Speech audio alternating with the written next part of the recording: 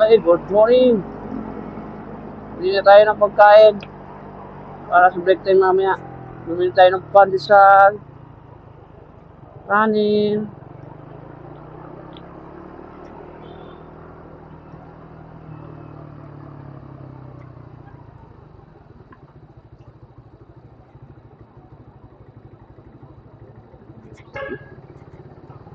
Siyempre, check muna tayo na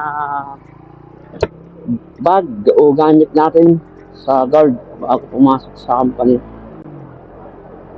Dito sa gate. Okay?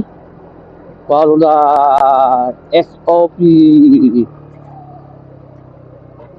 ng ating mga kapatid guard.